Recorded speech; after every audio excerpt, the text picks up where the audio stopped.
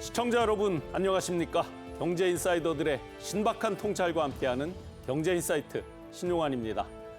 미국 채무불이행, 디폴트라고 하죠. 디폴트를 피하기 위한 부채 한도 협의가 노딜 상태로 의회가 휴회에 돌입했습니다. 옐런 미국 재무장관이 가용 예산이 소진되는 날짜, 즉 X데이가 임박한 가운데 양측은 협상의 진전을 이루지 못하고 내탓 공방을 벌이는 등 갈등이 좁혀지지 않고 있습니다. 시장이 디폴트 가능성을 점치고 있는 상황에서 미국 국채 금리가 7%를 넘어서면서 국채 시장은 혼란에 빠져들어 있습니다. 국제 신용평가회사 피치는 채무불이행 가능성에 대해서 미국의 국가신용등급 전망을 안정적 등급에서 부정적 관찰 대상 등급으로 하향 조정했습니다. 미국이 전례 없는 디폴트 위기를 겪고 있지만 과거 난항 속에서도 극적인 합의를 이루고 정상적으로 돌아온 만큼 이번에도 잘 넘기기를 기대해 봅니다. 한편 어제 대한민국 누리호가 우주를 향해서 힘차게 날아올랐죠. 대한민국 경제도 힘차게 솟구치기를 기대하면서 투데이 핫경제로 문을 열겠습니다. 첫 번째 소식입니다. 정부가 오늘 정부 서울청사에서 방기선 기획재정부 1차관 주재로 비상경제 차관회의를 열고 수입 돼지고기와 고등어의 할당 관세를 적용해서 물가 안정을 위해 노력하기로 했습니다.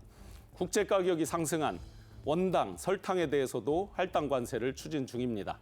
생강은 저율 관세 할당 물량을 늘리고 소고기는 할인 행사 판매 가격 공개를 확대하는 등 그런 방식으로 대응하기로 했습니다. 정부는 다음 주 중 추경호 부총리 겸 기획재정부 장관 주재로 경제규제혁신 태스크포스에서 규제혁신 방안을 확정해서 발표할 계획입니다. 다음 소식입니다.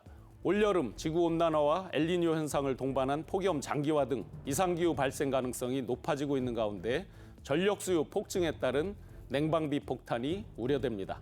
전기요금이 최근 1년 동안 40% 이상 오르면서 냉방기를 본격 가동하는 6월부터 전력 수요 증가가 불가피하기 때문입니다.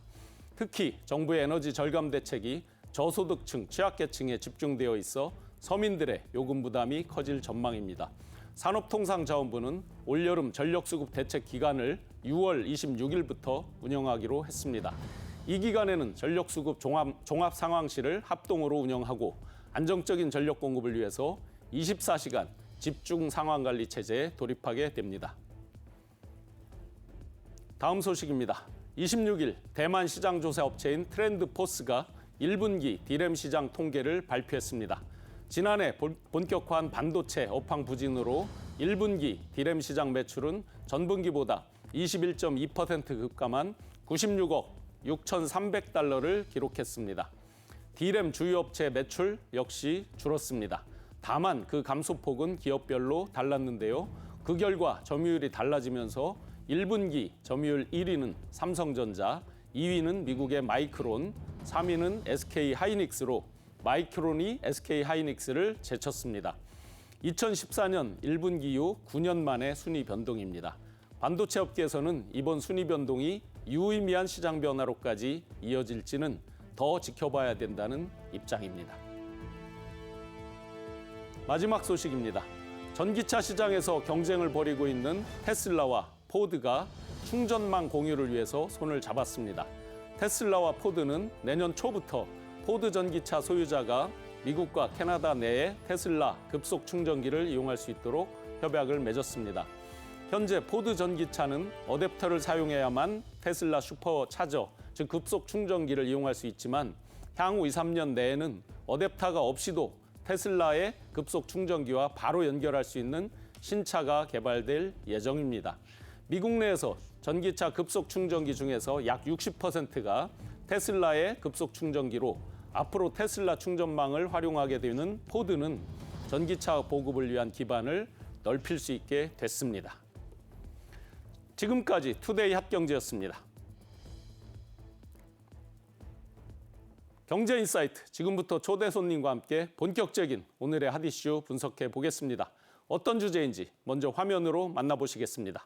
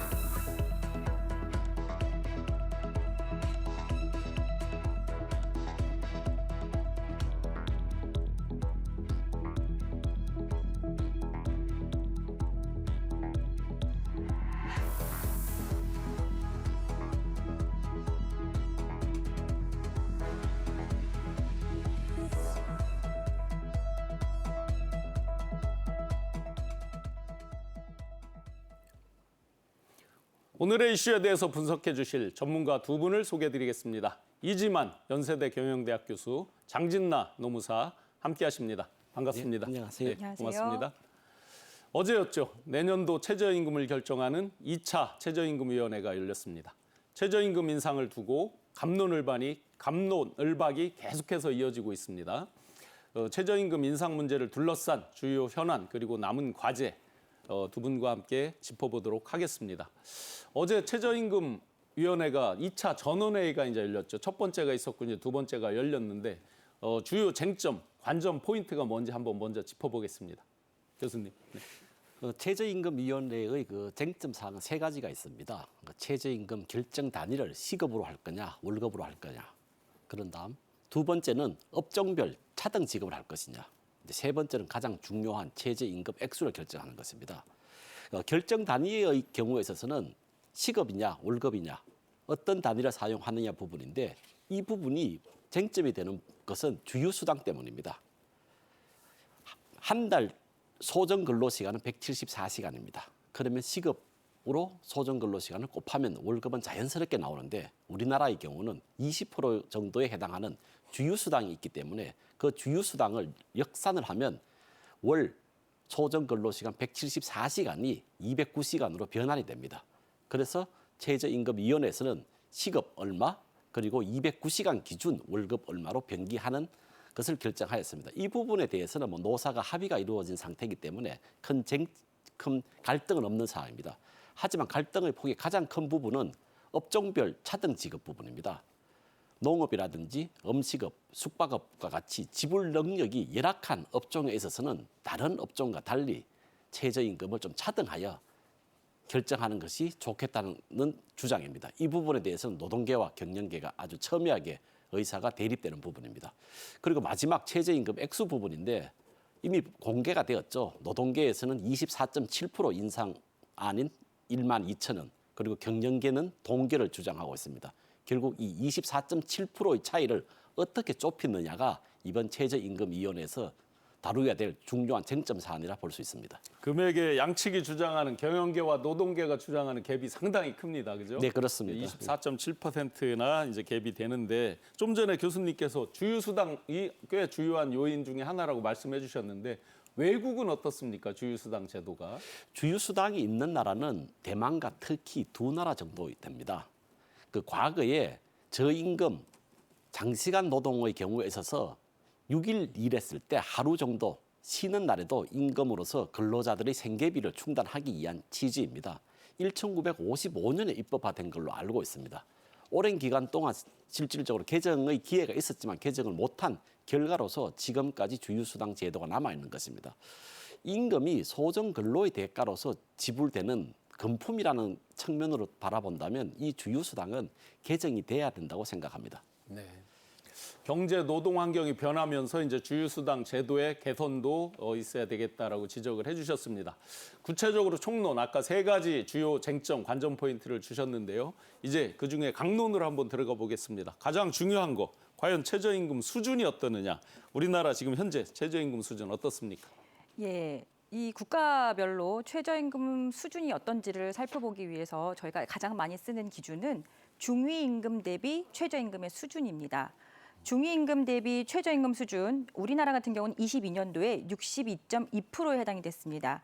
62.2%라는 수준은 OECD 회원국 중에서 8번째로 높은 수준입니다. 그리고 저희가 산업경쟁국에 있는 G7 나라들과 비교를 해봤을 때에는 가장 높은 수준에 해당이 됩니다. 네, 지금 화면상으로도 그 중위임금 대비 최저임금 수준이 쭉 나오고 있습니다. 네. 네.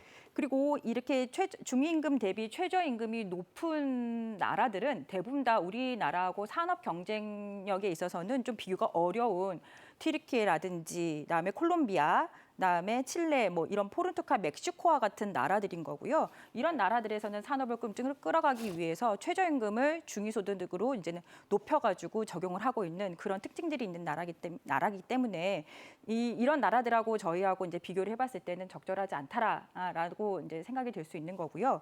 그리고 저희가 산업 경쟁국에 있는 G7에 있는 나라들 대부분 다 이제 산업 경쟁력이 이제 높은 나라들 같은 경우에는 지금 중위임금 대비 최저임금 수준 자체가 굉장히 낮습니다. 낮고 그리고 이런 것들과 또 비교해서 저희가 또 OECD 국가 중에서 최저임금 이하 근로자 비율, 그러니까 최저임금 미만자 비율을 조금 더 살펴보면은 우리나라 같은 경우는 21년도 기준 19.8%입니다. 멕시코의 그 25.0%에 이어서 두 번째로 높은 나라인 거고요. 종합적으로 본다라고 하면 OECD 국가 중에서는 저희 나라가 최저임금 수준 자체는 굉장히 높은 것으로 평가할 수가 있는 것이고, 그리고 이런 부분에 있어서는 지금 상황에서는 경제계에서 얘기하고 있는 최저임금 수준이 높다라는 그 주장에 대해서는 조금 저희가 설득력이 있는 것으로 저희가 판단할 수 있습니다. 중위임금 기준으로는 저희가 8등 정도 되는 거고 네. G7의 국가들, OECD 국가들 중에서는 상대적으로 높은 편에 그렇죠. 속한다라고 네. 기본 현재 저희 대한민국의 최저임금 수준은 볼 수 있겠네요. 네, 맞습니다. 그런데 그런 상황 가운데에서 경영계와 노동계가 양측이 아주 첨예하게 대립되면서 네. 1988년 최저임금 도입된 뒤 지금까지 네. 계속해서 경영계와 노동계가 갈등이 있고 엎치락뒤치락하면서. 엎치락뒤치락하고 그러다 보면 이제 정부에서 임명하는 네. 그런 공익위원들 위주로 이제 결정이 되고 이런 것들이 반복이 돼서 왔습니다. 네. 실제 합의회에서 결정된 게 7번에 불과할 정도로 갈등이 심하게 왔는데요. 네. 과연 어떤 방식으로 결정을 하길래 관행적으로 또 현실적으로 어떻게 결정해 왔길래 이렇게 갈등이 심해졌나요? 네. 관행적으로 현실적으로 하는 방식이 어떤지 한번 설명 네, 네. 부탁드리겠습니다. 지금 최저임금법에 의하면은 최저임금위원회라는 곳은 노사공 각 구인으로 총 27명이 최저임금 당해년 그 다음 연도에 최저임금을 결정하도록 그렇게 규정이 되어 있습니다. 근데 지금 최저임금법상 결정 기준, 최저임금을 결정하는 기준에 대해서는 법상 근로자의 생계비, 유사 근로자의 임금, 노동 생산성, 그다음에 소득 분배율 등을 고려해서 정한다라고 규정을 하고 있는 것인데요. 지금 이렇게 최저임금법에 명시되어 있는 열거되어 있는 이런 결정 기준 자체 외에도 공식적이지는 않지만 2019년도 같은 경우는 유사 근로자의 임금의 소득 분배 개선분, 그다음에 협상 배려분 등을 조금 더 고려해서 결정을 했던 것이 있었고요.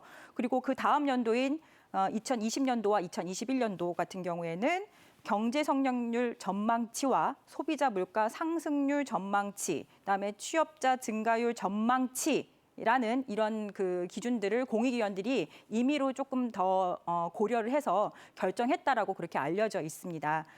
그런데 지금 문제는 지금 이렇게 지금 최저임금위원회에서 결정을 했다고 하더라도 작년 같은 경우 5%가 인상이 됐는데 이 5% 인상률에 대해서 노동조합은 실질임금에 미치지 못한다라고 또 주장을 해서 반대를 했고요. 경영계 같은 경우에는 지급 능력이 지금 없다라고는 이유로 해가지고 또 반대를 하면서 재심의를 요구를 하면서 노사 모두에게 만족스럽지 못한 결과들을 가지고 왔습니다.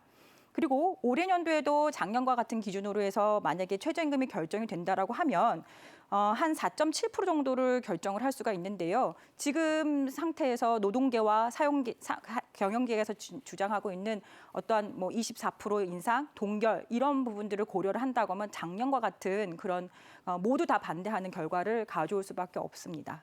네, 지금 말씀 종합해 보면 최저임금 법에는 어떤 이걸로 결정한다라는 명확한 기준, 단일 기준은 없고 네. 그때 상황에 맞게 네. 뭐 그때 바뀌는 건 아니지만 상황에 맞게 적절한 기준을 정해서 하는데 그에 따라서 이제 그 기준에 따라서 노동계와 갈등이 이제 심화되고 있다 이런 말씀으로 정리해 볼 수 그렇죠. 있죠.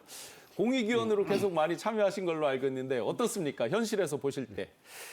최저임금의 결정 방식이 각 나라마다 다양합니다. 그 최저임금을 우리나라와 같이 노사 혹은 노사공 심의 의결 기구에 의해서 결정이 되는 나라가 있는 반면 어떤 나라는 불란서와 같은 나라는 전문가들의 의견을 경청한 후 정부가 직접 결정하는 경우가 있습니다.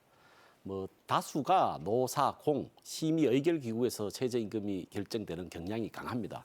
이와 같이 노사 심의 의결 기구에서 최저임금이 결정되는 나라의 경우에 있어서는 노사 간이 최저임금 결정을 놓고서 갈등이 첨예하게 일어나고 있는 사례가 상당하다고 볼 수 있습니다. 외국의 사례들 좀 한번 설명 주시면 좋겠습니다.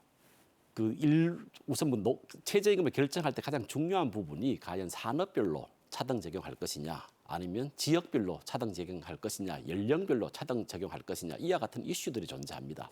대표적으로 지역별로 차등 적용하는 나라의 경우에 있어서는 실질적으로 일본과 미국입니다. 최저임금의 액수를 지역별 그리고 산업별 차등 적용을 하지 않았을 경우에는 지역의 편차와 산업별 편차를 다 수용할 수 없기 때문에 노사 갈등이 첨예해질 수 있는 것이죠. 이와 같은 지역별, 산업별의 갈등을 최소화하기 위하여 결국 지역별 차등, 산업별 차등을 추구하고 있다고 볼 수 있습니다. 일본의 예를 들면 중앙최저임금위원회에 있어서는 그냥 기준 최저임금만 결정을 합니다. 그러면 지방 최저임금위원회에서 예를 들면 동경 최저임금 심의위원회에서는 2022년도 최저임금을 1,010엔 정도로 결정하게 된다면 오사카의 경우는 그보다 낮은 990엔, 그리고 물가 그리고 생활비가 적게 드는 홋카이도의 경우는 980엔 정도, 이와 같이 지역의 특성에 맞게끔 최저임금을 결정함으로써 최저임금에 둘러싼 갈등을 최소화하는 경향이 나타나고 있습니다. 그리고 눈여겨봐야 될 부분이 그 영국의 사례입니다. 영국은 연령별로 또 그리고 최저임금을 차등 적용합니다. 18세 미만의 근로자, 그리고 18세에서 20세, 20세에서 22세, 그리고 23세 이상 근로자에 대해서는 연령별로 차등 적용을 하고 있다는 것입니다. 우리나라와 가장 비슷한 최저임금 의사결정 기구를 가진 나라가 독일입니다. 하지만 독일의 경우에 있어서는 최저임금의 결정 주기를 2년마다 결정하게 됩니다. 그래서 매년 우리나라와 같이 최저임금을 둘러싼 갈등은 그렇게 나타나지 않는 경향이 있습니다. 그 외국에서 이렇게 좋은 제도를 저희가 장점만 한번 이렇게 벤치마킹하는 것도 방법일 것 같긴 한데 지금 설명해 주신 중에는 가장 유사한 게 독일의 제도겠네요. 그러면 예, 지금 현재에서 가장 유사합니다. 네. 아마 그 지역별이라든지 연령별은 참으로 이제 특이하다라고 느껴지고 한국 현실에서도 MZ세대 여러 갈등 감안해 보면 앞으로 좀 차용할 가능성도 있겠다라는 생각이 들기도 하고요. 지역별 특히 이제 우리나라 같이 서울과 지방의 격차가 큰 그런 나라에서 또 감안해 볼 수 있겠다 이런 생각은 조금 근데 듭니다. 아직 최저임금 법에 의하면 지역별 최저임금 차등, 연령별 최저임금 차등은 법제화가 되어 있지 않습니다. 그렇기 때문에 이걸 법제화하는 과정 속에서도 노사 간의 갈등이 첨예할 수 있기 때문에 입법화 사전에 충분한 노사의 협의 그리고 공감대 형성 이후에 법을 개정하는 것이 바람직할 것 같습니다. 외국도 이런 갈등이 많기는 마찬가지겠죠? 예, 마찬가지입니다. 예. 자, 그런 가운데서 저희가 이제 올해 9,620원입니다. 여기에서 노동계에서는 24.7% 인상을 해서 10,000원 넘게를 지금 요청을 하고 있고 경영계에서는 동결 내지는 오히려 또 지금 어려운 경영 환경을 감안해서 좀 낮춰주면 좋겠다까지도 지금 나가고 있습니다. 두 분께 한번 OX 퀴즈라도 한번 드리고 싶은데 과연 내년도 얼마가 될지, 과연 내년도 1만 원이 넘어갈지 우리 저 노무사님 의견 어떻습니까? 저희 이제 지금 이제 최저임금 항상 이렇게 결정할 요 시점쯤 되면은 이제 저희 주변에 있는 뭐 저희 사무실에 있는 직원들하고도 하고 있는데요. 많은 내기들도 하고 막 이렇게 하고 있습니다. 얼마에 거셨어요? 저는 10,000원은 일단 넘는다고 보고 네. 10,000원, 한 50원 정도, 요 정도로 해서 작년보다는 조금은 아래일 것 같고 하지만은 경영계에서 얘기하고 있는 동결 정도 수준은 되지 않을 것 같다. 그리고 지금 상황에서는 뭐 양측에서 지금 노동계 같은 경우에는 지금 물가 상승률을 얘기를 하고 있고, 그다음에 또 경영계 같은 경우에는 지급 능력 같은 경우, 그다음에 고금리 이런 것들을 얘기를 하고 있어요. 근데 물가 상승률이나 고금리 뭐 이런 양측에 대한 지표에 대해서는 지금 정부에서도 굉장히 많이 이렇게 통제를 좀 하고 있고, 그런 상황에서 또 다시 이제 임금이 오르게 된다라고 하면 또 여러 가지 또 인플레, 그다음에 스태그플레이션 이런 것들에 대한 고려도 있을 거기 때문에 저희 지금 나라 같은 경우에는 공익위원들이 주도해서 어떻게 보면은 실질적으로는 최저임금 자체를 거의 결정을 하고 있는 상황이기 때문에 아마 이런 정부의 또는 지금 현재 상황의 경제 정책, 그다음에 경제 상황들을 고려해서 그 정도 수준으로 결정하지 않을까라는 생각을 해봤습니다. 지금 약 4%만 올려도 10,000원이 넘어가는데요. 물가 맞습니다. 실질 물가에서는 이제 5% 이상이다 이렇게 네. 얘기를 하면서 물가 상승률은 반영해야 되지 않느냐 네. 등등해서 아까 아마 1,500원 하신 거는 네. 5% 거의 물가 상승률로 하신 것 같은데 뭐 많이 적용은 했습니다. 솔직히 제 개인적으로는 많은 부분들이 좀 그런 거에 많이 영향을 미치긴 했고요. 그다음에 작년에 연간 물가 상승률이 5%였고요. 그다음에 저번 달 지금 물가 상승률 3.7%입니다. 조금씩은 낮아져야 되는 것도 있는 것이고요. 그다음에 그렇게 될 거라는 생각들도 하고 있기 때문에 5% 이상은 조금 넘기는 것은 어렵지 않나 이렇게 생각은 해보고 있습니다. 네. 한국통계학회에서 제공하는 비혼 근로자 단신 근로자의 실태 생계비 약 241만 원 정도 되더라고요. 월 기준으로. 그런 부분에 대해서 그걸 기준으로 해야 된다라고 하면서 노사 신경전이 이어지고 있는데요. 이런 기준을 제시하는 이유와 이걸로 인해서 갈등이 촉발되는 이유는 뭐라고 보십니까? 그 최저임금위원회 산하에 생계비 전문위원회가 있습니다. 그 매년 생계비 전문위원회에서는 비혼 단신 근로자들의 평균 생계비를 조사를 하고 있습니다. 올해 이제 작년도 2022년도 이제 평균 생계비가 241만 원으로 나왔죠. 그런데 조사 대상에 최저임금에 해당되는 근로자뿐만 아니라 고소득 단신 비용 근로자까지 포함이 돼 있다는 거죠. 뭐 7천만 원, 8천만 원 이상의 그 고소득 근로자분들의 생계비까지 계산을 하니 평균이 초래하는 오차 범위가 발생할 수 있는 것입니다. 이제 그런 과정 속에서 경영계에서는 비혼 단신 근로자들의 생계비와 최저임금 간의 관계를 조사할 때는 우리가 얘기하는 저임금 근로자, 중위임금의 3분의 2 이하인 근로자들의 생계비만을 가지고 조사해야 되는데 고소득 근로자분들까지의 생계비까지 포함되니 결국은 생계비가 확대, 인플레이션 된 것 아니냐라는 주장을 하고 있는 것입니다. 그래서 조사 대상에 대한 차이로서 발생하는 문제라고 볼 수 있습니다. 그러니까 지금 물가 상승률, 주거비 이런 거 감안해보고 그다음에 그 아주 고소득자, 예를 들어 연봉 7, 8천만 원 이상이 되는 분들 이런 분들까지 같이 이제 단신 근로자에 포함시켜 놓다 보니까 오류 오차가 있을 수 있다 이런 말씀이죠. 네, 그렇습니다. 사실 소득과 생계비의 관계에서는 소득이 늘어나면 생계비가 자연스럽게 늘어납니다. 그런 측면에서 무엇이 원인일 줄 모르지만 소득이 늘어났기 때문에 생계비가 실질적으로 더 올라가는 경향이 있는 거죠. 네. 그 생계비를 올리면 또 다시 소득도 늘어나는 것입니다. 이제 그런 측면에서 최저임금에서 참조해야 될 자료라고 한다면 전체 비혼 단신 근로자들의 평균 생계비와 함께 최저임금 근로자들이 해당되는 저임금 근로자들의 생계비도 별도로 조사해 볼 필요가 있다고 생각이 듭니다. 네, 그래서 좀 전에 이제 우리 노무사님께서는 1,500원을 제시하셨습니다.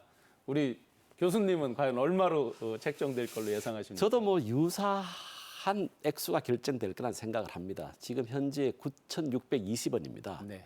이 기준이 높으냐 낮으냐 이 기저 효과를 논하지 않는다면 최저임금위원회 위원들은 최저임금 법에 제시된 4가지 결정 기준을 가지고 최저임금을 결정할 수밖에 없는 것이죠. 네. 말씀하셨듯이 작년도 물가 상승률이 5.1%입니다. 9,620원에서 3.6% 정도만 인상이 되더라도 10,000원을 초과하게 되는 거죠. 그리고 올해도 사실은 고물가가 지속된다는 측면을 고려한다면 물론 자영업자와 소상공인 분들 지금 저성장 시대에 상당한 많은 어려움을 가지고 있겠지만 결국 최저임금위원회란 부분은 법적 기구입니다. 법에 명시된 결정 기준에 따라서 최저임금을 결정하게 된다면 저도 4% 이상 정도 그래서 네. 10,000원은 넘지 않을까라는 생각을 가지고 있습니다. 두 분이 비슷한 금액을 제시해 주셨는데 조금 어려운 질문일 수도 있는데요. 기존에 이제 1만 원 할 때는 그게 마치 슬로건처럼 어떤 정치적 고려 등등으로 결론을 내려놓고 끌고 간 측면도 어느 정도 사회적으로 좀 있었잖아요. 네. 그러면 예를 들어서 선거가 있는 해와 없는 해 이런 것들 등에 따라서 정치적 고려 이런 것들이 최저임금에 반영되기도 하나요? 현실적으로? 무시는 할 수 없을 것 같습니다. 그 이유는 최저임금에서 사용하는 자료들이 전망치입니다. 전망치란 것은 내년 경제 성장률만 하더라도 한국은행에서 올해 경제 성장률만 1.4%를 결정을 했죠. 그리고 IMF 전망치 다르고 OECD 전망치 다 다릅니다. 그 전망치의 차이로 말미암아서 최저임금의 인상폭이 달라지는 것이죠. 이제 그런 측면에서 뭐 정치인들 그리고 뭐 정부도 뭐 국민들의 어떤 정서를 무시할 수 없는 상황에서 그 레인지 안에서 폭 안에서 최저임금이 결정되기 때문에 조금씩 그게 감안이 됩니다. 하지만 그 최저임금의 어떤 전망치의 폭을 벗어나는 최저임금의 인상은 상당한 경제의 부작용을 초래하기 때문에 레인지 안에서 그 폭 안에서 최저임금을 결정하는 것이 바람직하다고 생각합니다. 네, 동결이냐 27.4%냐가 한참 겨루고 있는 가운데에서 최근 이제 전기, 가스 이런 이제 공공요금 포함해서 각종 물가 지수가 가파르게 오르고 있습니다. 전기, 가스가 약 30.5% 상승하기도 했고 생활 물가까지 감안하면 각종 그 물가가 상당히 오르고 있는데 이런 올라가고 있는 생활 물가 이런 것들이 최저임금 결정에는 어떻게 영향을 미치는지요? 예, 이런 그 공공요금의 인상이라는 것 자체가 결국은 뭐 지불 능력이 충분히 있고, 막 또 여유로운 경제적으로 여유로운 뭐 이런 사람들에게는 그렇게 크게 영향을 미치지는 않을 것 같습니다. 그래서 이런 공공요금의 이제 인상 자체가 소상공인들에게는 비용의 지출이 이제 많아지는 거기 때문에 결국은 지불 능력 자체를 약화시키는 결과를 가지고 올 것이고요. 그다음에 최저임금으로 생활을 해야 되는 그 서민 근로자들에게는 실질적인 구매력도 상승시키고 실질 소득을 그 약화시키는 그런 결과를 초래하기 때문에 양측 모두에게 영향을 미친다고 저는 생각합니다. 하지만 이 지금 공공요금의 그 인상 자체로 지금 현재 정부에서는 에너지 바우처 제도를 지금 지원 단가를 조금 상승도 시키고 있고, 그다음 요금 복지 할인도 조금 추진하고 있고 이런 부분들이 있기 때문에 이런 부분에 있어서는 조금은 더 어려운 서민 근로자들에게는 조금 더 그 충격을 좀 완화시킬 수가 있고 그런 부분들도 또 최저임금 결정에서 조금 고려가 될 수 있지 않을까라는 생각을 해봤습니다. 네.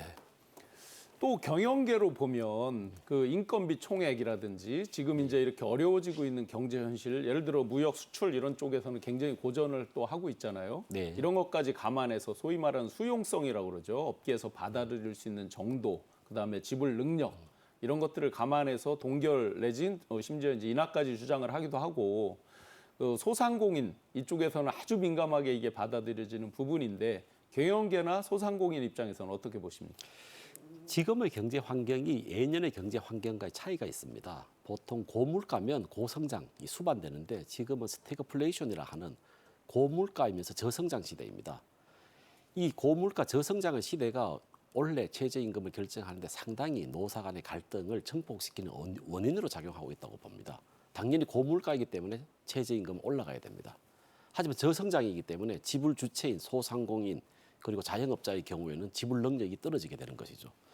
물론 0% 동결 그리고 24.7% 인상은 과하지만 양쪽의 주장이 사실 고물가 그리고 저성장의 경제 환경을 반영한 주장이라고 볼 수 있습니다. 그 범위 내에서 노사가 어떤 결정을 내릴지가 앞으로 큰 쟁점 사항이라고 봅니다. 경영계나 소상공인의 입장에서는 아무래도 저성장의 시대에서는 지불 능력이 없는 거죠. 그러면 인건비 총액의 관리 차원에서 인건비를 늘려주면 기본적으로 일자리 수를 줄일 수밖에 없는 이런 딜레마에 빠지게 되는 것입니다. 그런 과정 속에서 기업이란 부분이 적정 인력이 필요한 것입니다. 그래서 인건비를 많이 올려주면 적정 인력이 부족해지는 것이죠. 그러면 경영이 원만하게 진행이 안 되는 것입니다. 그런 차원에서 경영자의 입장에서는 최저임금 동결을 주장하는 논리도 상당히 설득력이 있다고 봅니다. 네. 노무사님은 현장에서 아마 소상공인이나 중소기업인들을 훨씬 더 많이 또 직접 부딪힐 것 같은데요. 네. 소상공인이나 중소기업 입장에서는 어떻습니까?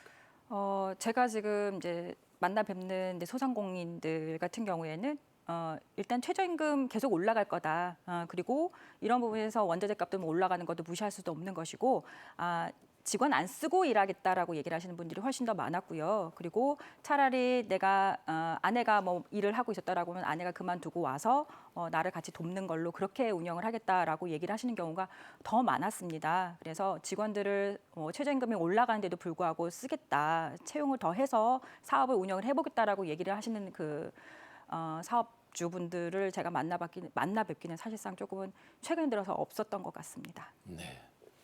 경영계 또 소상공인들, 노동계 각자 이해관계에 따라서 여러 가지 지금 이제 갈등이 계속되고 있지만 올해만큼은 어떤 그들의 갈등이 잘 조절되고 그 어떤 그 공익위원들의 의견에만 따르고 이렇게 되지 않기를 바라면서 계속해서 강론에 대해서 한번 보겠습니다. 그 아까 교수님께서 네. 업종별, 지역별, 뭐 심지어 영국은 이제 연령별 이런 것도 말씀해 주셨는데 업종별로 보면 예를 들어 음식 숙박업 이런 것처럼 소상공인에 가까운 소상공인 분들이 많이 하고 있는 업종이라든지 이런 부분에서는 굉장히 또 첨예하게 볼 것 같은데 이런 업종별로 차등 적용할지가 아주 큰 쟁점인데 어떻게 해결을 해나가는 게 좋겠습니까? 그 업종별 차등 적용은 최저임금법 4조에 나와 있어서 법 테두리 내에서 실질적으로 차등 적용할 수 있는 사안입니다. 1988년 최저임금제가 입법화된 이후에 한 번 중공업과 경공업 간의 업종 차이로서 최저임금을 달리 차등 적용한 적이 있습니다. 그 이후로는 차등 적용을 한 적은 없습니다.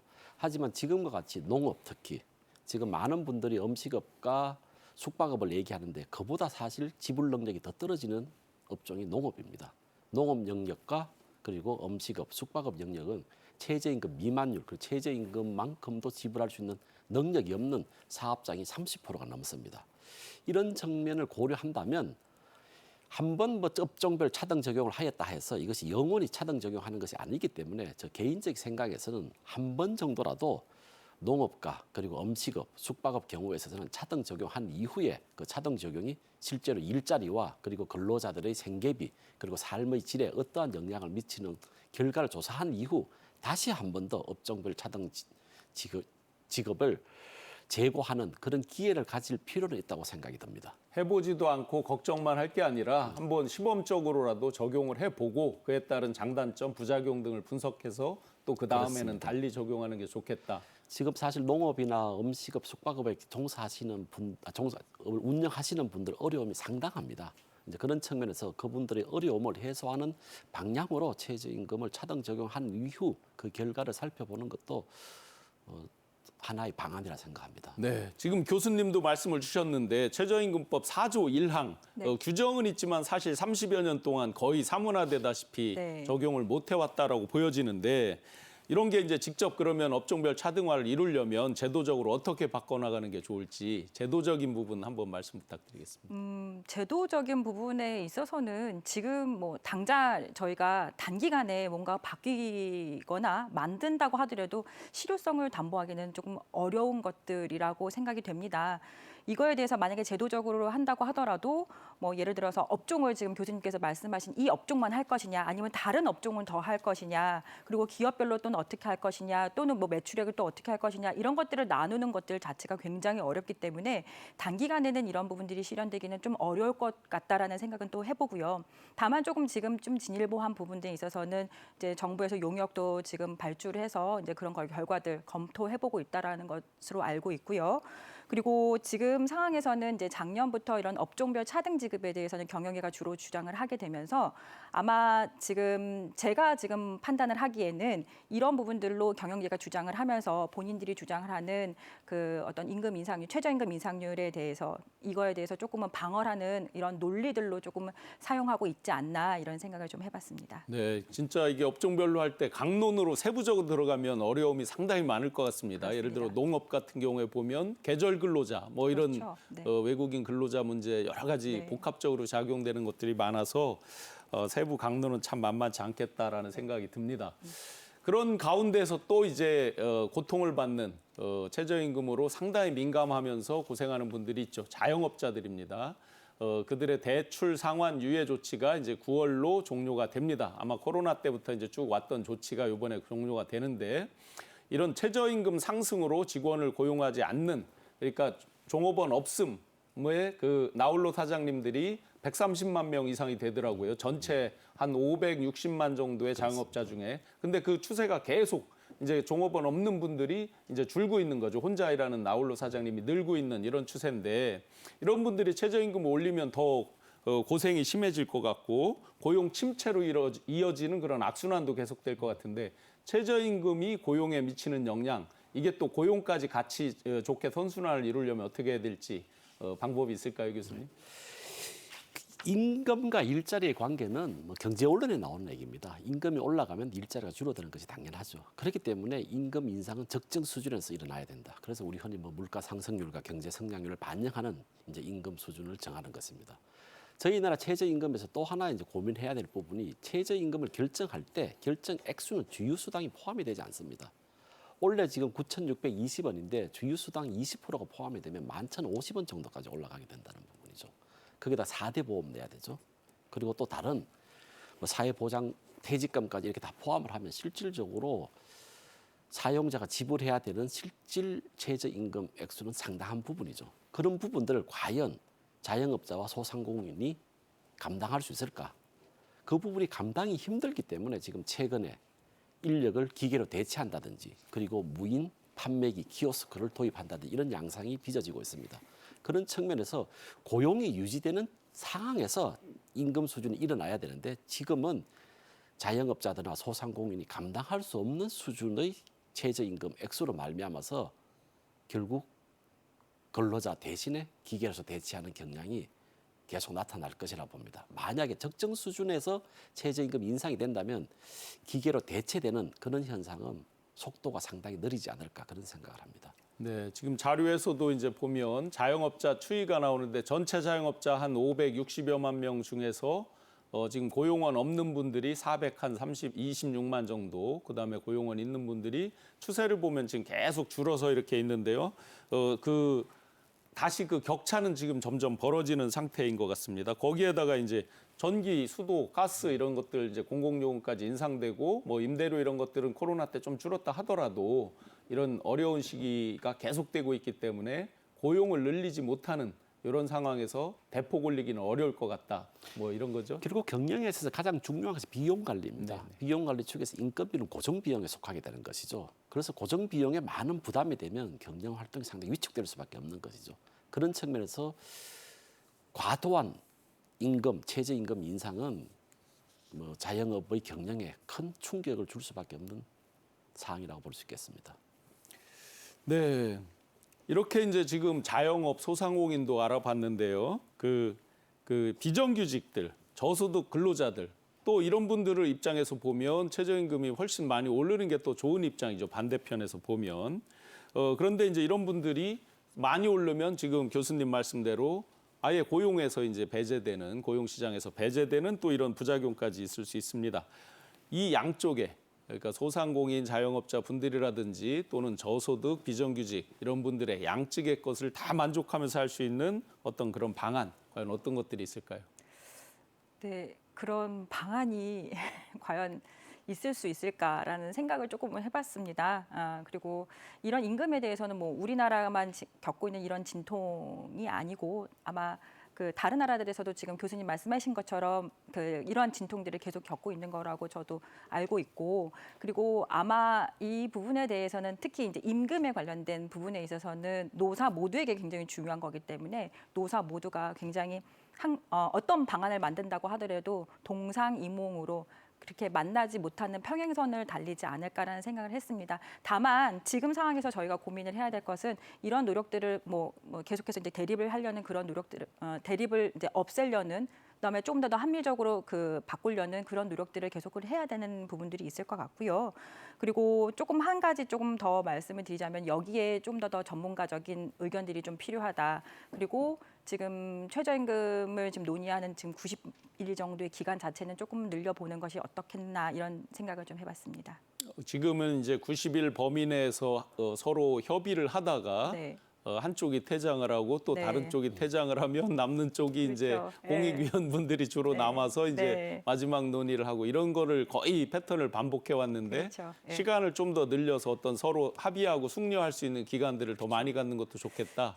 지금 이제 교섭을 회사에서 노동조합하고 이제 회사가 교섭을 할 때에도 보통 보면 이제 실무진들끼리 실무 교섭을 수차례 하고 그다음에 본 교섭을 하고 이렇게 진행을 합니다. 그런 것처럼 지금 90일 이내에 막 굉장히 이렇게 빠듯하게 이렇게 저희가 노사가 막 이렇게 대립을 해서 하는 것보다는 이런 부분들에서 저희가 근로자위원, 사용자위원은 명확하게 정해져 있기 때문에 공익위원회 중재하에 이 노사위원들이 계속 전문가들의 양측의 전문가들의 의견을 들어서 계속해서 실무적인 교섭들을 연중 계속 좀 진행을 해보는 것도 어떨까 이런 생각을 좀 해봤습니다. 네. 예, 지금 이제 우리가 매년 이렇게 결정을 하고 있는데 강론을 살펴봤지만 최저임금법에는 이 방법으로 이렇게 결정해라. 이렇게는 규정이 안 돼 있다는 거죠. 그러다 보니까 약간씩 기준을 달리하면서 매년 그 상황에 맞게 적용해 가고 있는데 그러면 앞으로 계속해서 우리가 갈등이 일어나고 7번 정도밖에 합의를 못 했다고 그랬는데 이런 갈등을 좀 축소하고 모두가 상대적으로 더 만족할 수 있는 어떤 결론을 내리기 위해서 어떤 개선 방안, 어떤 기준을 적용하면 좋을지 개선책 한번 말씀 부탁드리겠습니다. 그 최저임금 법에 나와 있는 4가지 결정 기준은 상당히 존중돼야 됩니다. 그 기준을 가지고 최저임금이 정해져야 되는데 그 결정 기준 중에서 근로자 생계비라는 부분이 있습니다. 근로자 생계비라는 부분은 사실 근로자 입장에서 같은 노동 시간을 하는데 임금을 적게 받고자 하는 분들은 없는 것이죠. 그런데 문제는 임금이 많이 올라갔을 때 일자리를 잃어버리면 어떡하냐라고 걱정하는 근로자 역시 존재한다는 것입니다. 이제 그런 측면에서 근로자 생계비를 최저임금 결정 기준에 포함시키고 있는 나라가 우리나라와 일본, 터키 세 나라밖에 없습니다.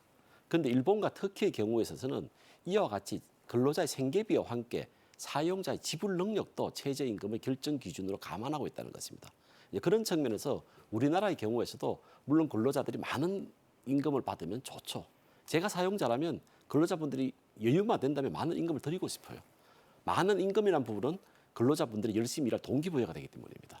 그런데 안타깝게도 그 지불 능력이 부족한 분들, 그 지불 능력이 부족해서 일자리를 잃게 되면 지금의 소득까지도 다 사라지는 이와 같은 취약 근로자분들도 존재한다는 것이죠.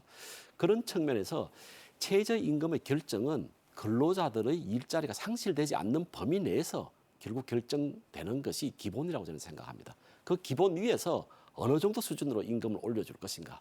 거기에서는 노사가 결국 합의를 찾아야 되는 것이죠. 네. 그러면 지금 이제 근로자 일자리가 사라지지 않는 그 범위 내에서라고 이제 약간 추상적으로 말씀 주셨는데 그렇습니다. 그 적정 범위가 과연 어느 정도가 될까요? 지금 9,620원이고 이제 10,000원대가 좀 넘을 것이다 등등 예측이 있는데 과연 일자리 잃지 않으면서 할 수 있는 적정 범위가 한 어느 정도 될까? 그 부분은 사실 뭐 제가 말씀드리기는 좀 힘듭니다. 그래서 제가 뭐 레인지 한 점으로서 한 액수로서 얼마일 것이다라고 말씀드리기 힘들어요. 말씀드렸듯이 전망치라든지 네 가지 결정 기준 그리고 지불 수단까지 감안하면 어느 수준에서 어느 수준까지 인상을 한다면 일자리가 유지되는 상황에서 적정 수준의 임금 인상이 일 거라는 생각을 가지고 있는 것이죠. 그런데 이 최저임금과 함께 또 우리나라 최저임금 개선 측면에서 우리가 꼭 고려해야 될 부분이 향후 주휴수당을 어떻게 할 것인가.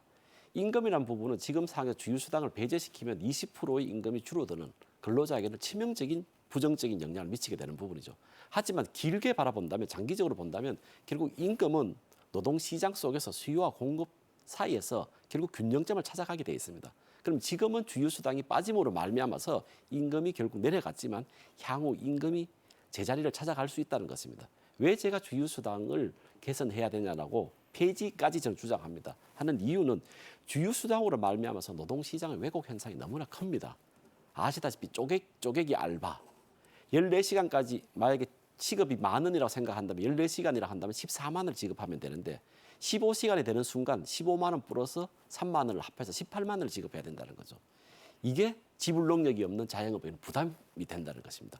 그런 측면에서 어느 시점에서는 주휴수당을 뭐 점진적으로 주휴수당을 폐지하든 아니면 일시적으로 폐지하든 그건 노사가 합의해야 될 사항이기 때문에 그 합의에 근거해서 주휴수당은 이제는 더 이상 소정 근로의 대가도 아닌 만큼 폐지하는 방향으로 가는 것이 바람직하고 그리고 또 우리나라의 문제는 최저임금에 포함되지 않는 또 금품이 상당합니다.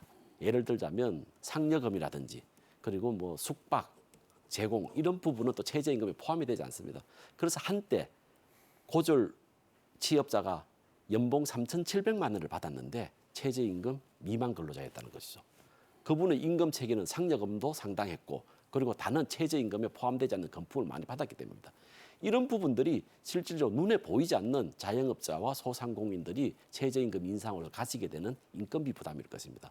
이제 그런 측면에서 최저임금 결정 액수와 함께 최저임금 결정 액수에서 반영되지 않는 금품까지도 고려해서 최저임금을 결정해야 될 시기가 왔다고 저는 생각합니다. 제가 개인적으로 저도 칼럼도 쓰고 해봤는데요. 서울하고 지방하고 제 시골집 이제 가보면 임대료도 훨씬 낮고 상대적으로 아주 큰 차이는 아니지만 생활비도 훨씬 낮은 것도 사실이거든요. 네. 근데 우리 지역별 그 차등에 대해서는 논의가 많이 상대적으로 없는 것 같은데 지역별로는 저희가 현장에서 현실에서 보면 차등을 해도 괜찮겠다. 왜냐하면 고정비에서 너무 차이가 나니까 임대료 이런 부분에서 네, 네. 오히려 그런 것들을 소상공인이나 이런 분들이 환영할 수도 있겠다라는 생각도 드는데 네. 이런 지역별 차등에 대해서는 어떻습니까? 그렇죠. 지금 이제 일반적으로 저희가 전국에 다 적용되는 최저임금을 적용을 하다 보니까 결국은 지역에 있는 기업들 자체가 그리고 또 조금은 지불 능력이나 이런 것들이 또 오히려 또 물가가 낮은 반면에 지불 능력이나 이런 것들이 좀 적은 경우도 많거든요. 그래서 지역별로 보면은 최저임금 미만율 자체가 지역에서 더 많이 발생을 하는 경우도 많아요. 그래서 그런 부분들을 감안을 한다라고 하면은 지역별로 일본 아까 교수님 말씀 주신 것처럼 일본처럼 지역별로 조금은 나눠서 저희가 최저임금을 결정을 하자 이렇게 얘기를 해볼 수 있는 건 충분히 합리적인 얘기인 거고요. 그리고 이런 부분에 있어서는 경영계에서도 이미 이제 얘기를 하고 있는 걸로 저는 알고 있습니다. 그리고 저희도 지금 상황에서는 굳이 법을 바꾼다라고 한다면 지금 최저임금법 제4조 1항 자체가 저희가 그 업종별로만 하게끔 되어 있지만 조금 더 범위를 넓혀서 자 업종별 등으로 하나 더 넣어가지고 여러 가지 고려를 할 수 있게끔 해서 제도적으로 조금은 더 열어줘도 가능할 것으로 보이지만 또 그 부분에 있어서는 노사가 굉장히 또 합의에 이르기까지는 어려운 부분들이 많을 것 같습니다. 네, 노동계, 경제계 그리고 비정규직이라든지 정규직 또 노사 갈등까지도 다 크게 이어지면서 이런 논의는 결국 노동개혁의 이슈로까지 발전할 것 같습니다. 오늘 심도 있게 여러 가지를 알아봤는데요. 앞으로 그럼 이런 것들이 이제 노동개혁 이슈까지 갈 것이고 할 텐데 어떤 임금 체계 개선 이런 부분에 대해서 마지막 어떤 방향으로 가면 좋을지 방향성에 대해서 한번 말씀 부탁드립니다. 임금 개혁의 방향은 결국 근로자들의 어떤 건강한 노동력 제공, 재생산이죠. 그리고 안정된 생계비가 보장이 돼야 되는 것입니다. 그러면 그 임금이 어디서 나오느냐? 결국은 사용자 측에서 나온다는 것이죠. 그 사용자 측이 지불 능력이 떨어지면 사용자의 의도, 생각과 다르게 결국 낮은 임금을 제공할 수밖에 없다는 것입니다. 특히 지금의 경제 환경이 말씀드렸듯이 고물가 저성장 시대입니다. 고물가 저성장 시대에 있어서 사용자들의 지불 능력과 근로자들의 생계비 인상 부분에 절충점을 찾기는 너무 어렵습니다.